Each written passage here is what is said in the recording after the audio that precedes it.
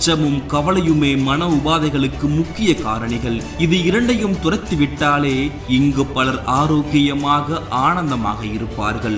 சேற்றுக்குள் சிக்கிக் கொண்ட வண்டி சக்கரம் போல் மீண்டும் மீண்டும் கவலையில் சிக்கிக் கொள்ளாதீர்கள். கவலையை விட்டு வெளியே வாருங்கள்.